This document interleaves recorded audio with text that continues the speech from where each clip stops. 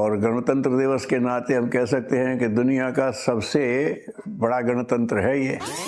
राष्ट्रीय पर्व भी मनाए जाने लगे हैं और मनाए जाना चाहिए, उससे राष्ट्रीय भावना अब एक है।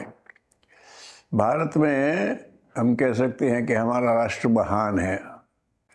और जगह देश का कॉन्सेप्ट है, राष्ट्र का कॉन्सेप्ट हमारा है। हमारे देश में तमाम राजा महाराजा थे, लेकिन फिर भी भारत एक राष्ट्र ही था।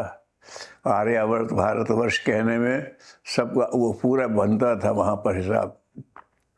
अफगानिस्तान से लेकर के बर्मा तक और यहाँ नीचे श्रीलंका तक ऊपर, तो ये सारा ये है। तो एक ये बराबर हर एक की भावना है। भारतवर्ष कहते हैं तो सबकी निगाह में यही बात आती है। हम वो हैं, हमने विविधता में एकता की साधना खूब की है।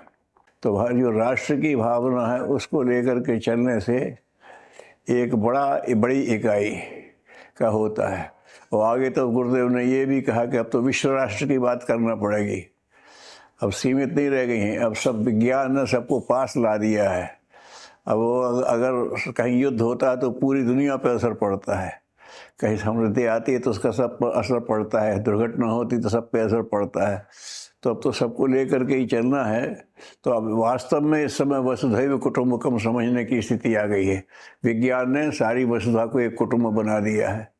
तो इस भावना से भी इसमें रहें और राष्ट्रीय पर्वों को भी ढंग से मनाएं। और गणतंत्र दिवस के नाते हम कह सकते हैं कि दुनिया का सबसे बड़ा गणतंत्र है ये।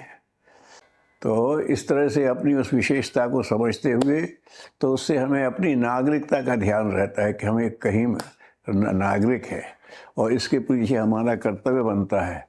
ये भाव को भी मान करके चलें तो राष्ट्रीय पर्वों को भी मानें और आध्यात्मिक पर्वों को भी मानें।